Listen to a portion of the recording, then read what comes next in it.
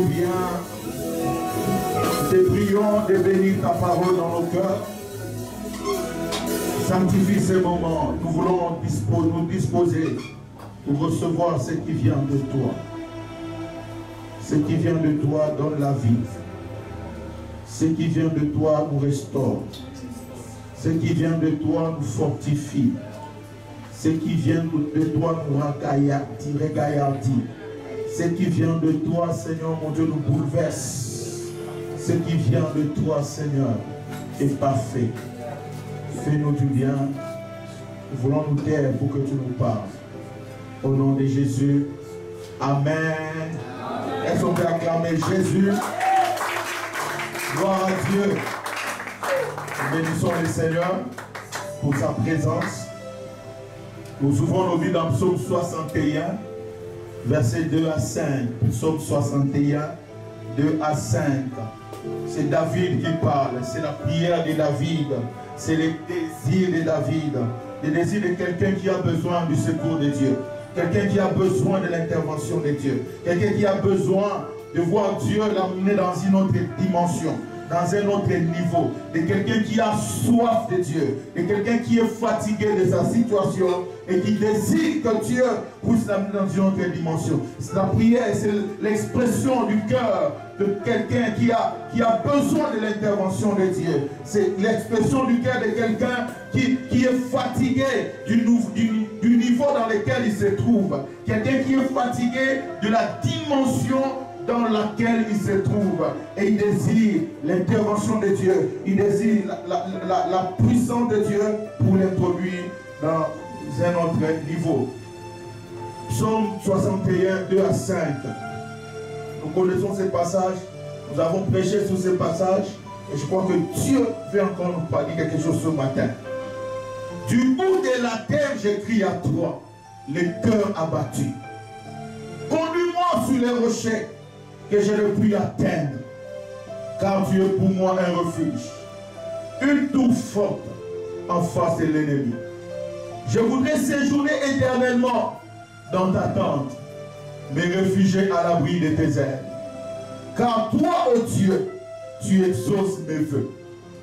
Tu me donnes l'héritage de ceux qui craignent ton nom. Amen. Du bout de la terre, je crie à toi. L'âme abattue.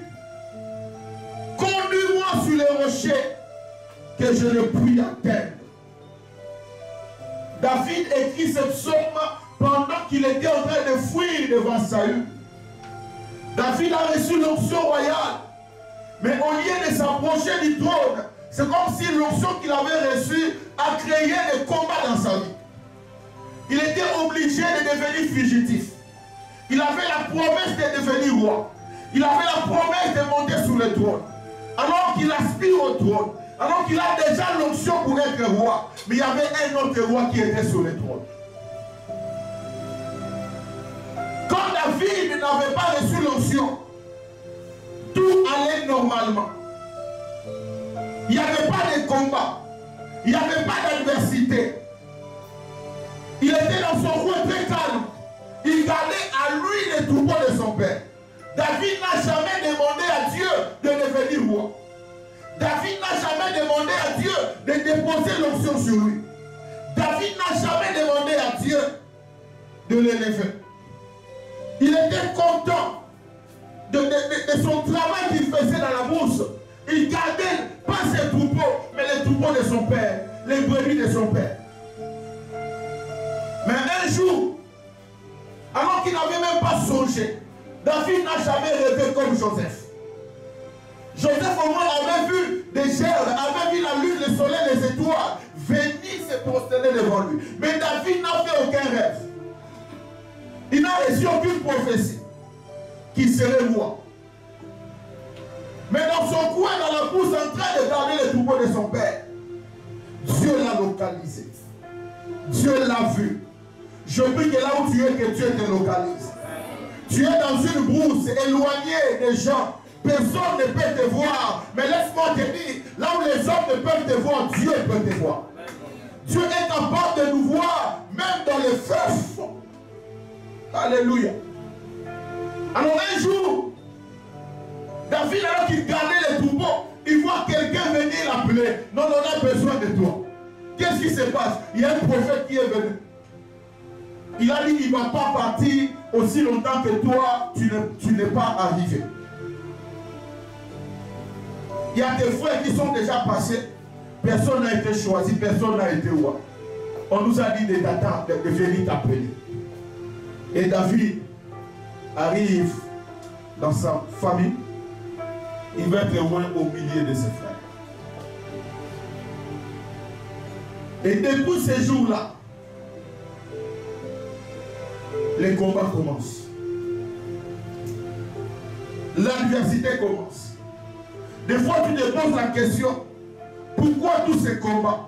Pourquoi toute cette adversité? Pourquoi tous ces problèmes? Je voulais te dire ce matin, ce combat est une preuve que Dieu est de ton côté. Amen. Alléluia.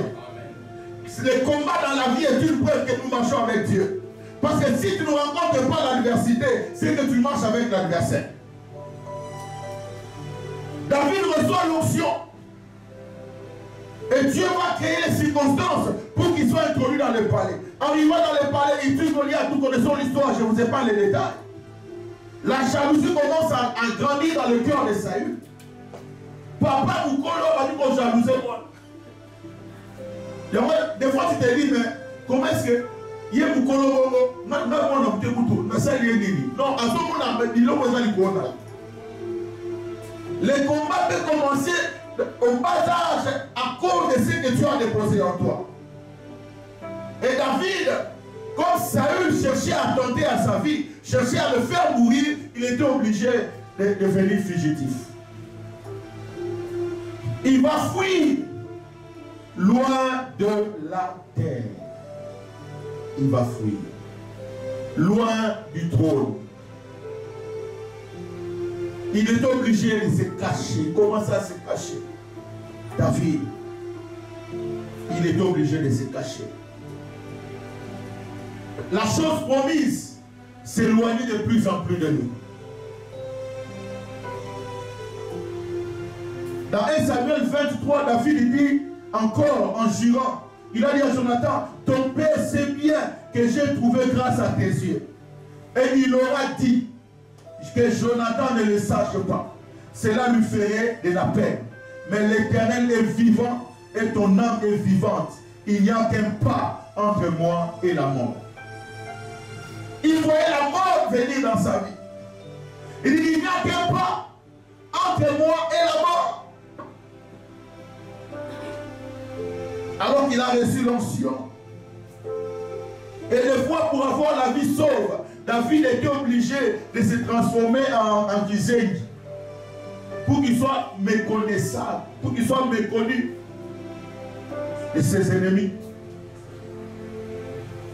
Et c'est dans cette fuite, c'est dans ce contexte-là qu'il va écrire ce psaume. Du bout de la terre, je crie à toi, le cœur abattu. Il était dans l'abattement, il était dans l'angoisse. David, à cause de ce qu'il vivait, il faisait du bien, mais on lui retournait le mal. Plusieurs fois il a aidé Saül, plusieurs fois il a épargné la vie de Saül, mais Saül continuait à chercher sa vie. Il dit, du bout de la terre, je crie à toi, l'âme abattue, conduis-moi vers les rochers élevés que je ne peux atteindre. De moi-même, je ne peux atteindre ces rochers. De moi-même, je ne peux atteindre cette dimension. Mais si tu me conduis, je suis sûr d'atteindre cela. Alléluia. Je vais dire à quelqu'un, ce qui est inaccessible pour toi, avec Dieu devient accessible. Je ne sais pas si ça se dit, il faut l'entendre. Inatteignable. Ça se dit, hein? Ce qui est inatteignable pour toi est atteignable pour Dieu. Alléluia. Écoutez-moi, je vais dire trois choses avant d'aller plus loin. Les rochers peuvent être devant, les rochers peuvent être élevés devant nous. Mais le Seigneur est capable de nous y conduire. Alléluia. Je voudrais que tu réalises dans ta vie les choses qui te semblent difficiles, qui te semblent élevées, que tu estimes que c'est difficile à atteindre, laisse-moi te dire qu'avec Dieu, tu peux atteindre cela. Des choses qui te semblent très éloignées. Des dimensions qui te semblent très éloignées. Profondeur qui te semble très éloignée. La destinée qui te semble éloignée, c'est en réalité c'est éloigné pour toi, pas pour Dieu. Ce qui est trop loin pour toi n'est pas trop loin pour Dieu. Alléluia. N'est pas trop loin pour Dieu. Alléluia. C'est très important. N'est pas trop loin pour Dieu. C'est comme ça le sage dit dans l'Ecclésiaste, ce qui est le profond, qui peut l'atteindre. Ce qui est loin, profond, qui peut l'atteindre. J'aimerais te dire, comme je dis, le rocher peut être élevé devant toi, mais le Seigneur est capable de nous y conduire. Deuxième chose que tu dois comprendre, pour atteindre le niveau élevé dans notre destinée, il nous faut nous laisser conduire par celui qui connaît le chemin. Par Dieu. Tu ne peux pas atteindre David ces rochers. La même personne qui t'a donné l'onction pour occuper ces rochers élevés, c'est la même qui va te conduire là-bas. Jérémie 31, verset 8 à 9 dit ceci. Voici, je les ramène du pays du septentrion. Je les rassemble des extrémités de la terre. Parmi eux sont l'aveugle et les boiteux, la femme enceinte et celle en travail. Il dit, c'est une grande multitude qui revient ici. Ils viennent en pleurant. Alléluia. Ils viennent en pleurant. Mais qu'est-ce que Dieu dit? Et je les conduis au milieu de leurs supplications. Ils viennent en pleurant, mais je vais les conduire au milieu de leurs supplications. Je les mène vers des torrents d'eau par un chemin uni où ils ne chancellent pas. Car je suis un père pour Israël, et Ephraïm est mon premier-né. Dieu nous conduit en tant que père. Tu ne connais pas les chemins, mais Dieu connaît les chemins. Laisse-moi te dire, le chemin où Dieu veut te conduire, Dieu l'a déjà visité. C'est un chemin nouveau pour moi, c'est un chemin nouveau pour toi, mais ce n'est pas un chemin nouveau pour Dieu. Nous allons découvrir les choses sur ces chemins. Mais Dieu sait qu'à tel endroit, il y a telle chose. Après autant de kilomètres, il y aura telle chose. Après autant de kilomètres, il y aura tel problème. Nous serons en train de découvrir. Mais Dieu ne découvre pas parce qu'il connaît déjà les chemins. Il dit, je les conduis parce que je suis son père. Je me dis à quelqu'un que tu as un père. Même si tes parents biologiques sont déjà morts, laisse-moi te dire que tu as un père. Tu as donné ta vie à Jésus. Dieu est ton Père. Dieu est ton Père. Quand la Bible parle du Père, la Bible parle de source. Le Père signifie la source.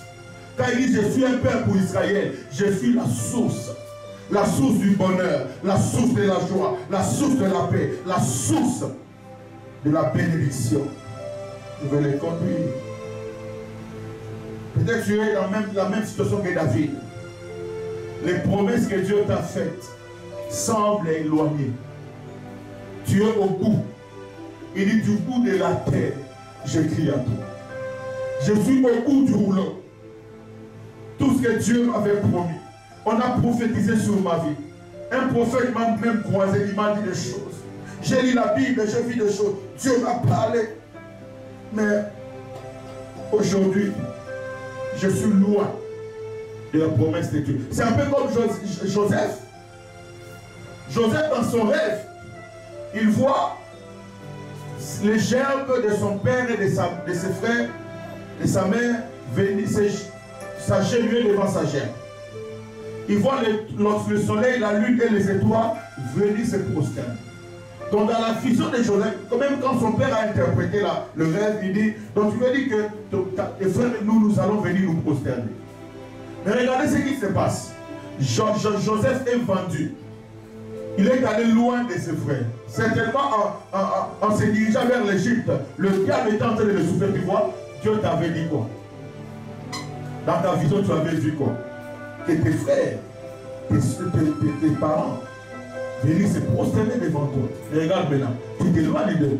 comment cela peut se réaliser. Tu vois que c'était que des illusions. Mais Joseph savait au fond de son cœur, si cela venait réellement de Dieu, Dieu est le maître des temps et des circonstances. Dieu va travailler, il va concourir les circonstances afin que son rêve dans ma vie puisse se réaliser. Je voudrais dire à quelqu'un, maintenant tu sembles marcher dans dans les sens contraires de ce que Dieu t'a dit. Tu vis les choses contraires de ce que Dieu t'a promis. Tu vis les vents contraires de ce que Dieu a dit qu'il va faire pour toi. Laisse-moi te dire, même si tu sembles aller à contre-courant, Dieu reste au contrôle de toutes choses. Alléluia. Il reste au contrôle. Il reste au contrôle. Quand Samuel était en train de moindre David, Samuel ne lui avait pas dit que tu vas connaître le combat. Il lui a dit seulement, tu seras roi. Le combat, il n'a pas révélé. Dieu ne lui a pas dit, tu vas tuer Goliath. Il ne lui a pas dit ça. Il lui a seulement montré ce qu'il allait devenir. Mais le chemin, Dieu a caché. Parce que si Dieu pouvait montrer à David le chemin, David allait peut-être fuir. Et j'aime la sagesse de Dieu. Dieu est sage. Il dit, je ne vais pas te montrer le chemin. Je te montre seulement le devenir. La voie, le chemin, c'est moi-même. C'est moi-même. C'est moi-même le chemin. Je vais te conduire là-bas. Toi, sache seulement que tu deviendras tel. Joseph a vu seulement que les germes de ses frères venaient se jeter devant ses germes. Il a vu seulement la lune et les étoiles. Mais Dieu ne lui a pas dit que tu vas aller en Égypte. Non. Il a caché. Et je veux que Dieu te cache la voie. Il ne te montre pas le chemin. Écoutez, frère. Si Dieu arrive à nous souffrir, il y a des gens qui prient. Ça fait, la saga va mourir là-bas. Si on a bien fait, on a des démons à temple, mais même quand tu ne vois pas, Dieu te protège. Dieu continue à travailler, à conduire les choses. Et ça faisait même si on a tête ça. Même si on a Tanzanie, ce n'est pas parce que tu ne vois pas. Le quatrième homme est dans le feu. Toi, tu ne vois pas Shadrach, Meshach, Abednego, tu ne vois pas. Mais les gens qui sont derrière, on voit que parce que ce sont les gens qui ont jeté ces trois amis qui ont vu le quatrième homme.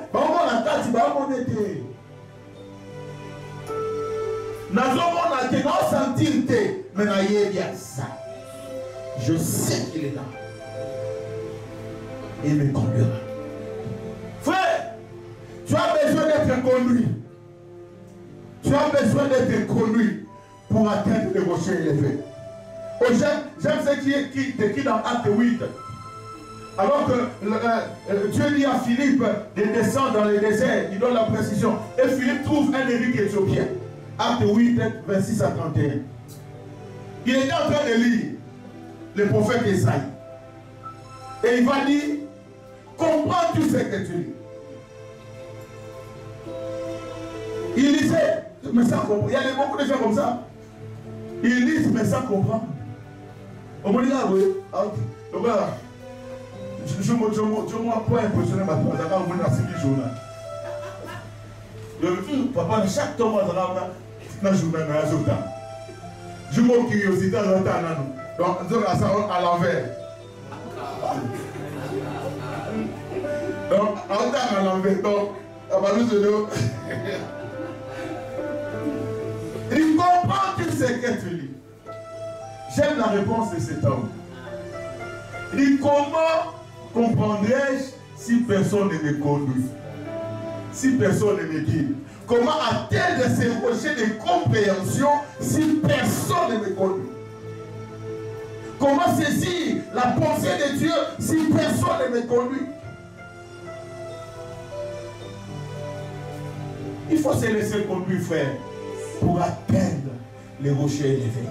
David a compris, je ne peux de moi-même atteindre ces rochers. J'ai besoin d'être conduit. Et le bon, le meilleur conducteur, c'est Dieu. Alléluia. C'est Dieu.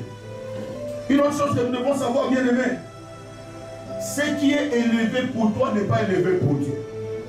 Pourquoi David dit c'est un rocher élevé? Parce que David regarde ces rochers à partir du bas. C'est élevé pour David, regarde comme ça. Mais Dieu est plus élevé que ces rochers. Dieu ne regarde pas à partir du haut. Il regarde ça comme ça.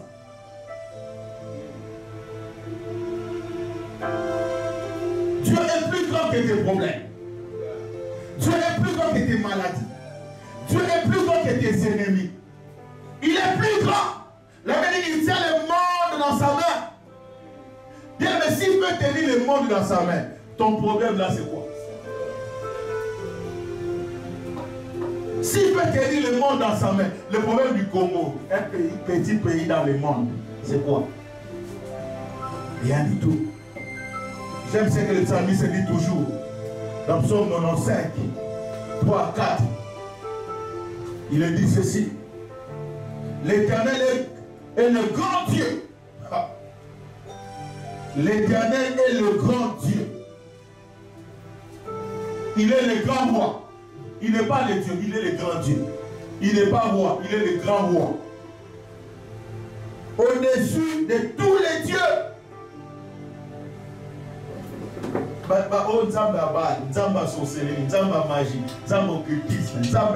Dieu est au-dessus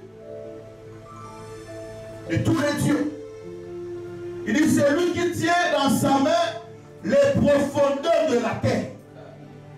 Il tient les profondeurs de la terre. Et les cimes des montagnes sont aussi à lui. À lui appartient la mer. C'est lui qui l'a faite. À lui est la terre. Ses mains l'ont formée. C'est ce Dieu-là que nous sommes en train de prier. C'est ce Dieu que nous sommes en train d'invoquer. C'est lui notre Père. Tala. Yo so bunda bunda ko so passer na chopo. Ozo bunda ko pour la passer mais papa na yo yende mukolo muti. Ozo ko mamuti pour la passer na maman. On tient les mêmes poissons pour la lopin de terre.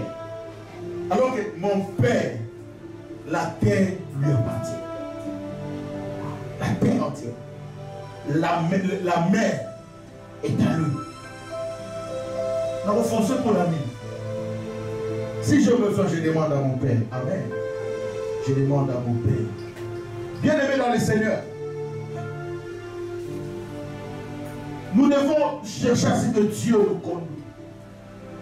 Il dit, conduis-moi sur les rochers élevés. Quels sont ces rochers élevés? Au limite, on verra ça. Ton rocher élevé peut être différent de mon rocher. Pour David, il cherchait un refuge. Il avait besoin d'être sécurisé. Il dit, papa, tu m'as promis, mais je n'arrive pas à atteindre le trône.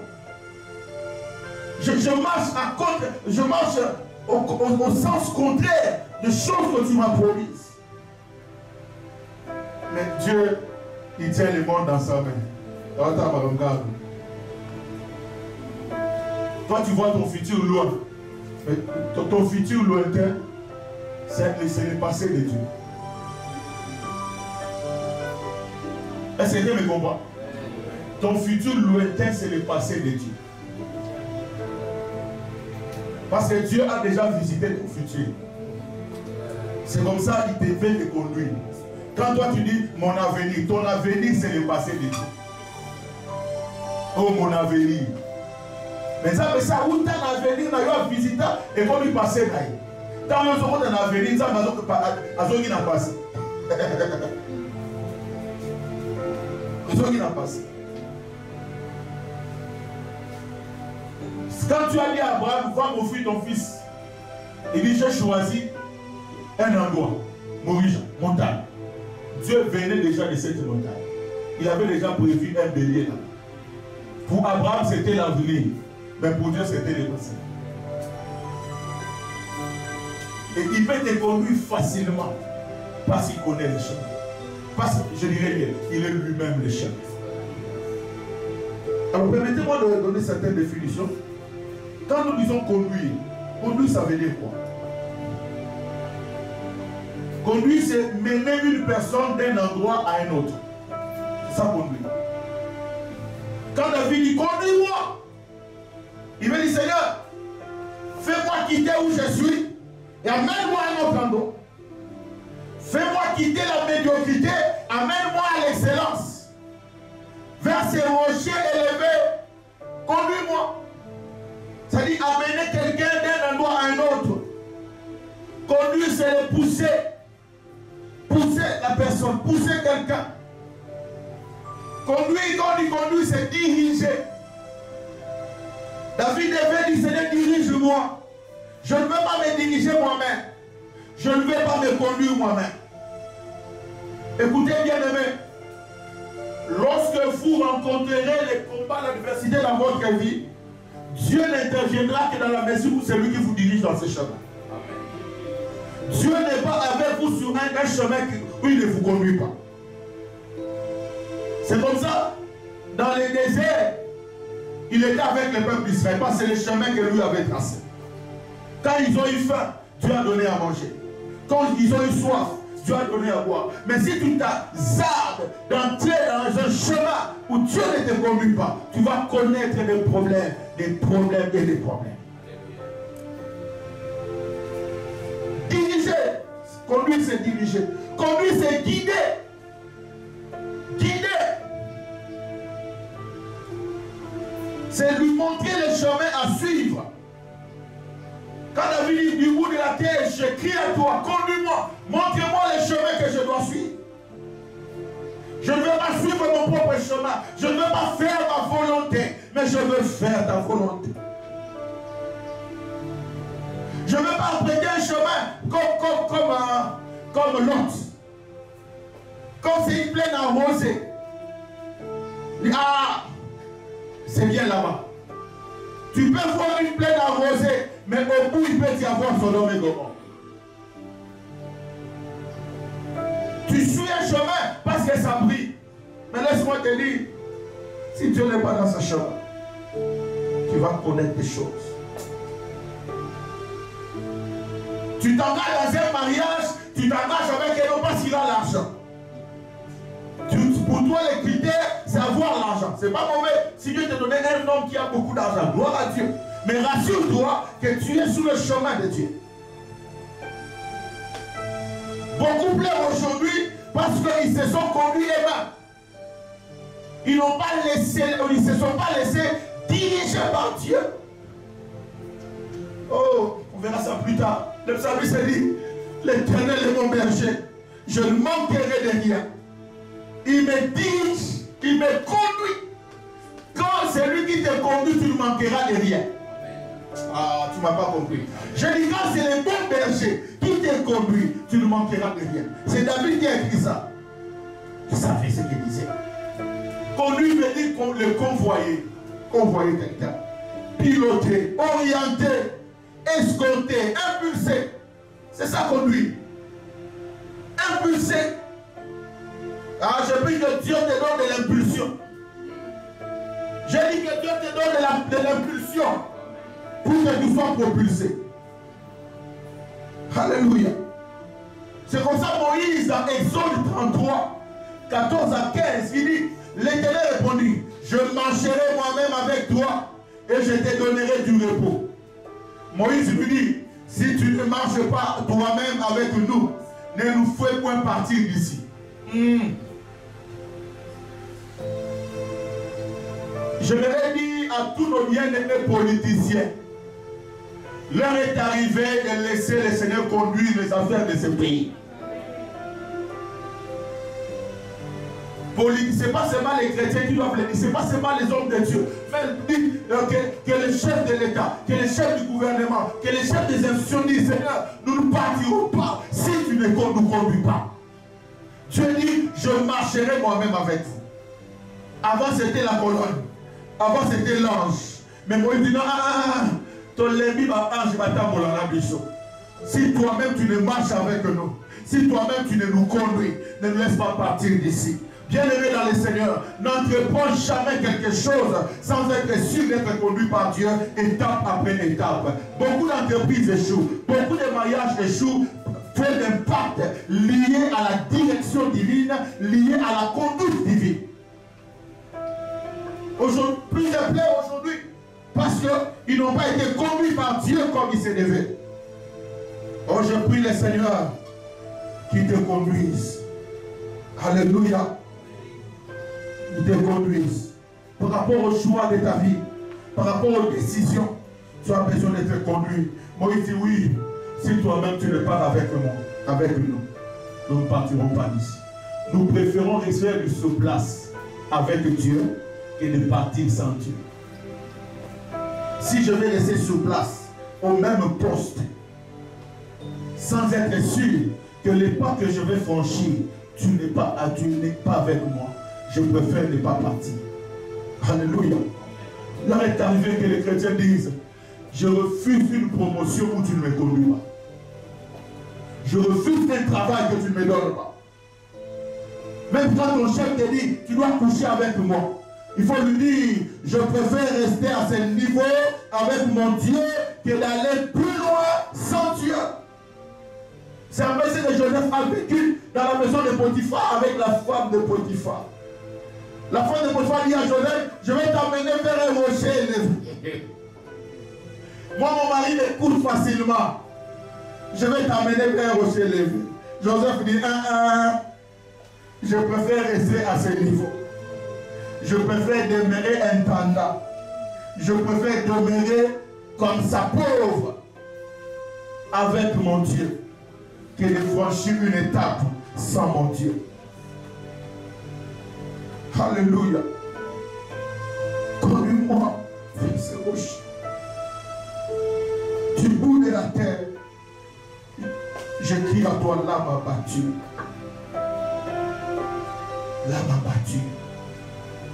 Moïse avait l'impression que Dieu lui demande de quitter l'inconnu vers l'inconnu. Comment quitter l'inconnu vers l'inconnu sans Dieu? Parce que ce qui est inconnu pour Moïse est connu pour Dieu. Dieu connaît notre inconnu.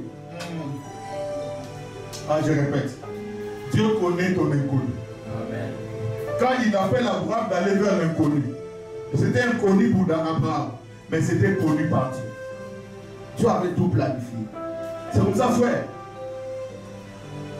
Si tu veux être conduit par Dieu, deviens aveugle. Dieu ne conduit pas ceux qui voient. Dieu conduit les aveugles. C'est-à-dire qu'un aveugle, quand il est conduit, il fait confiance à celui qui le conduit.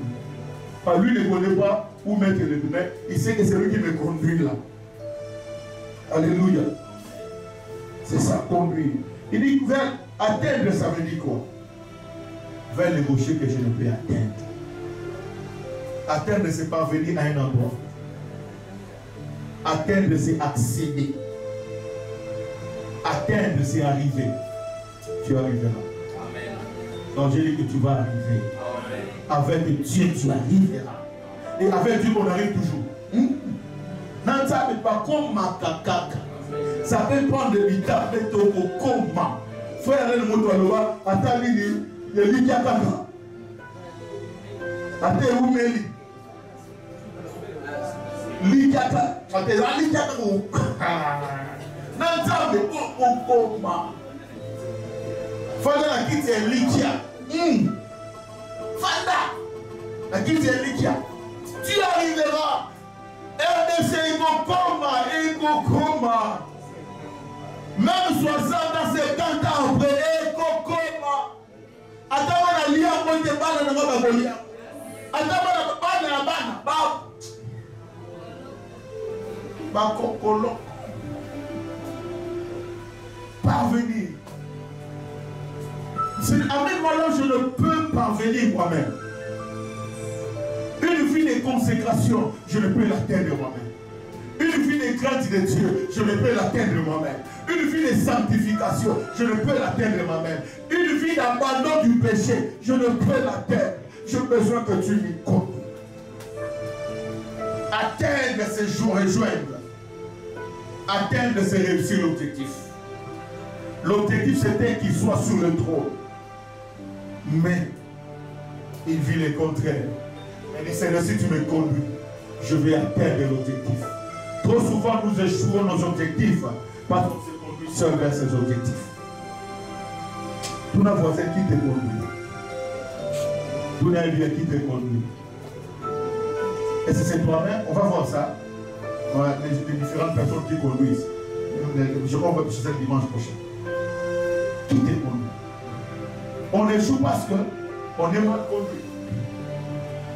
Et dans nos pays ici, pourquoi nos pays échouent? Parce que les conducteurs conduisent mal. Lorsqu'on est mal conduit, on finit par tomber dans le trou. Ecclésiaste 7:24 dit, ce qui est loin, ce qui est profond, qui peut l'atteindre. Ce qui est loin, ce qui est profond. Les trônes étaient loin pour David. C'était impossible, quasiment impossible. Il se disait, comment atteindre ça? C'était loin, c'était profond. Il dit, qui peut l'atteindre? Laisse-moi déjà te dire, c'est lui qui est conduit par Dieu, c'est lui qui peut l'atteindre. C'est lui qui peut atteindre ce qui est loin. C'est lui qui peut atteindre ce qui est profond. Alléluia. Et il ne dit pas, conduis-moi vers un rocher. Non, il conduit vers le rocher. Le rocher là, c'est quoi? David ne dit pas, Seigneur, conduis-moi vers un rocher. Non. Il dit, conduis-moi vers le rocher. C'est-à-dire qu'il connaît le rocher. Il sait ce qu'il veut. Il sait ce qu'il demande. Il sait ce qu'il veut atteindre. Il sait là où il veut aller. Il sait là où il veut arriver. Il sait ce qu'il demande à Dieu. Il sait que le rocher est un objectif. Le rocher est une cible qu'on veut atteindre. Le rocher est une destination, une ambition, une finalité, une fin, une raison d'être, une visée. Je travaille pour devenir ceci. C'est ça le rocher. Il ne demande pas à Dieu pour demander. Il sait ce qu'il veut. Et des fois, nous prions sans savoir ce que nous demandons. Je disais que le rocher est un objectif. Le rocher est une cible qu'on veut atteindre. Qu'est-ce que tu veux atteindre? Quel est ton objectif? Qu'est-ce que tu veux atteindre? Même quand tu pries, tu demandes pourquoi. C'est une destination où tu veux aller. Une ambition, une finalité, une fin, une raison d'être, une visée. Je travaille pour telle chose. Alléluia. Alléluia. On est ensemble? Le rocher. Il n'est pas connu pour faire un rocher. Non. Donc il sait ce qu'il demande. Il connaît. Job 11, verset 7. Job 11, 7. La Bible dit, prétends-tu pénétrer les profondeurs de Dieu, saisir la perfection du Tout-Puissant? Est-ce que quelqu'un peut me lire ça dans la version du second? Prétends-tu sonder les pensées de Dieu? Prétends-tu sonder les pensées de Dieu? Parvenir à la connaissance parfaite du Tout-Puissant. Parvenir à la connaissance parfaite du Tout-Puissant.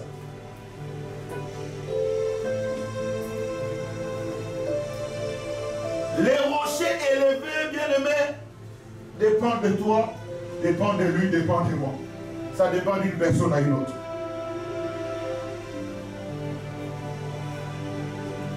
On va peut-être s'arrêter là aujourd'hui.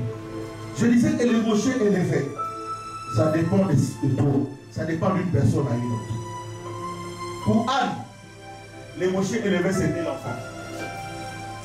Avoir des enfants, c'était difficile pour eux.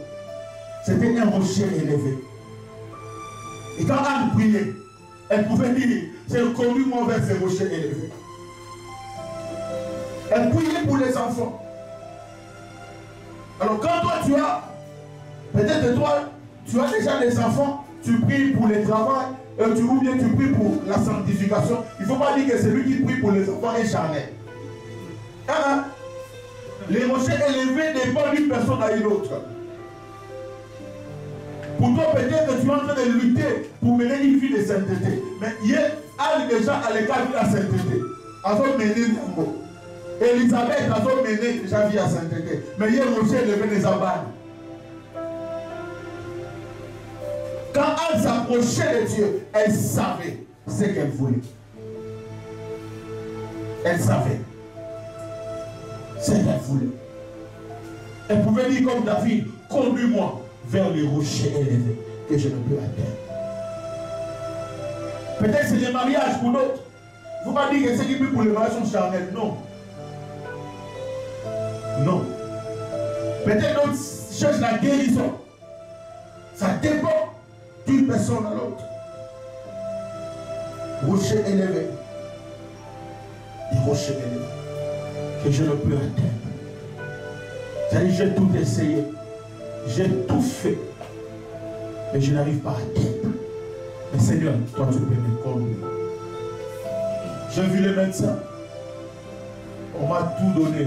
J'ai suivi tous les traitements. Sans succès. Mais toi tu peux me conduire vers ces rochers élevés. Tu peux me conduire. Pendant que je parle, j'aimerais que tu réalises dans ta vie des choses qui peuvent constituer des rochers élevés. Même toi qui nous suis, qu'est-ce qui est élevé que tu n'arrives pas à atteindre? Quel est ce projet, cette ambition? Quelle est cette vision qui te dépasse? Qu'est-ce que tu veux réaliser, mais tu n'arrives pas à le faire? Je te présente quelqu'un qui peut t'y conduire. Quelqu'un qui connaît les chemins. Quelqu'un qui planifie toi en avance. Israël, lorsqu'il était en Égypte, son rocher élevé, c'était la liberté. C'était la liberté. Mais pour David, que nous avons lu, c'était la royauté, la sécurité. Il se sentait en danger. Voilà pourquoi il dit, tu es mon refuge. Oh, attention que la Psaume 65. Ah, Jacques, Toko. Dis bien à vous, hein. Il y aura dans l'objet. L'Éternel est le grand roi. Même si Saül me poursuit, mon Dieu est au-dessus de lui. Saül n'est pas le grand roi, c'est l'Éternel.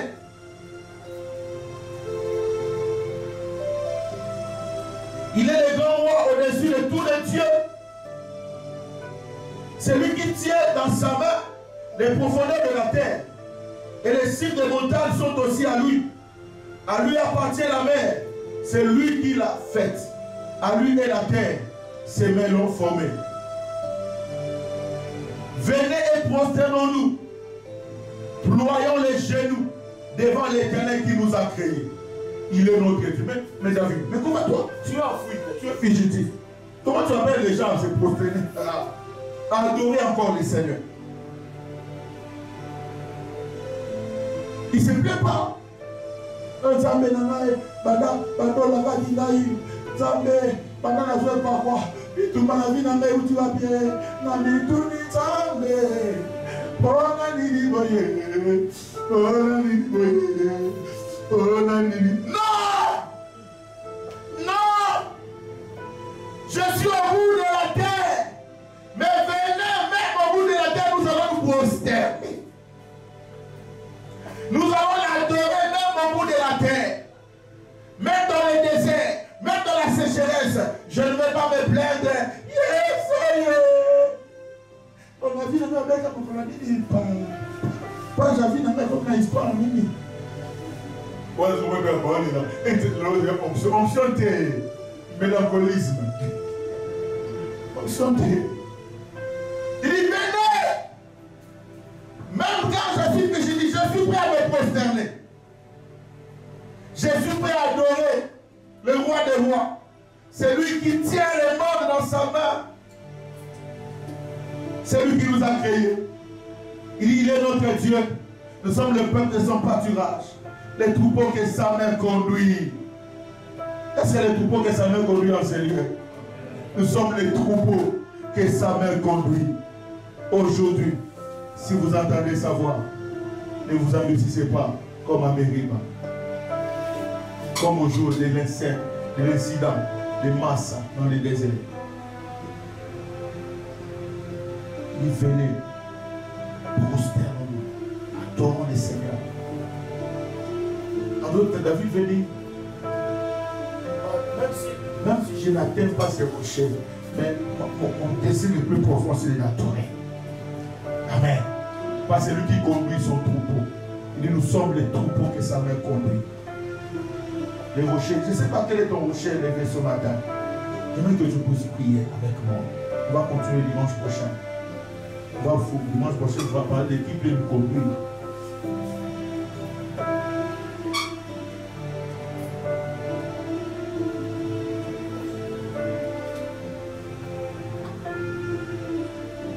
J'anticipe déjà pour vous dire ceci, frère. Il faut avoir un bon conducteur pour être sûr d'arriver à la destination. Je répète. Je vais insister le dimanche prochain. Il faut avoir un bon conducteur pour être sûr d'arriver à la destination. Qui vous conduit? David crie à Dieu. Il dit, conduis-moi vers le rocher élevé. Je veux que tu pries avec moi. Si tu es ici, tu n'as jamais donné ta vie à Jésus, invite Jésus dans ta vie. Invite Jésus dans ton cœur. Tu dois atteindre ces rochers. Et pour l'atteindre, tu as besoin d'être conduit par Dieu. Tu as besoin d'être conduit